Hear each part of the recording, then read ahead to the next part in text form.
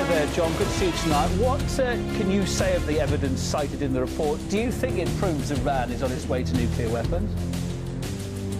Well, that's what's interesting. Despite the media reports that are pro-war, and despite the saber-rattling by politicians, the report says no such thing. It doesn't say Iran's on the verge of having nuclear weapons.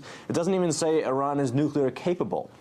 What it says is that past 2003, Iran has still been doing research on the information that it would need to reach nuclear weapons, and that it may still be doing so, but they can't prove it. That's what the report says. And by the way, I think we need to back up and sort of pan out here and think about the context through which this report is being released. The United States, no one should be surprised at the notion that the Iranians might have intents to have nuclear weapons. I mean, the United States policy towards Iran strongly influences it towards attaining a nuclear deterrent. If you look at a map of Iran, the United States has waged two aggressive, unnecessary wars on Iran's east and west coast. They constantly flood the Persian Gulf to Iran's south with thousands of Navy warships.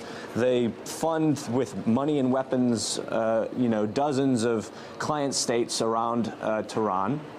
And during the Bush administration and into the Obama administration, the United States has been waging a covert war of cyber terrorism, commercial sabotage, and targeted assassinations of Iranian nuclear scientists. There's a name for that. It's called international terrorism. So in this context, in this environment, we shouldn't be surprised that Iran might be getting information that it needs to protect itself. Now, Tehran, of course, is countering all this. It's dubbed the report politically motivated. Indeed, it said the Watchdog's Director General's biased towards the West.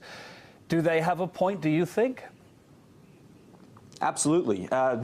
Mohammed al-Baradei, the previous Director General of the IAEA, stepped down in 2009, and the U.S., especially in more quiet circles, like we found out from WikiLeaks releases of diplomatic cables that were classified, U.S. were practically applauding that the new guy, Amano, is decidedly pro-Western. They said he agrees with the U.S. on key strategic issues, including the Iranian nuclear issue. What the IAEA does is it's an amalgamation of uncorroborated intelligence reports, primarily from the U.S. and Israel.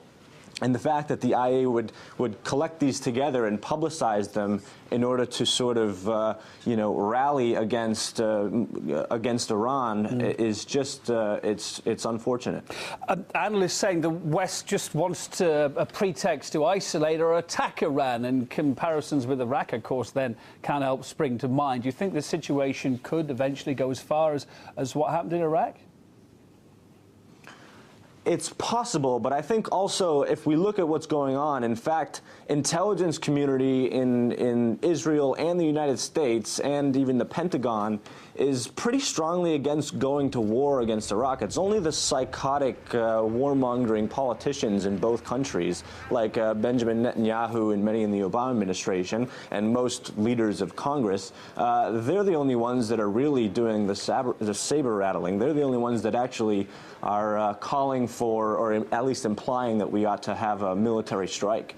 Israeli intelligence, Benjamin Netanyahu accused members of Israeli intelligence of releasing leaked information about his plans to unilaterally strike Iran. So I think even the more sensible parts of the military and intelligence structure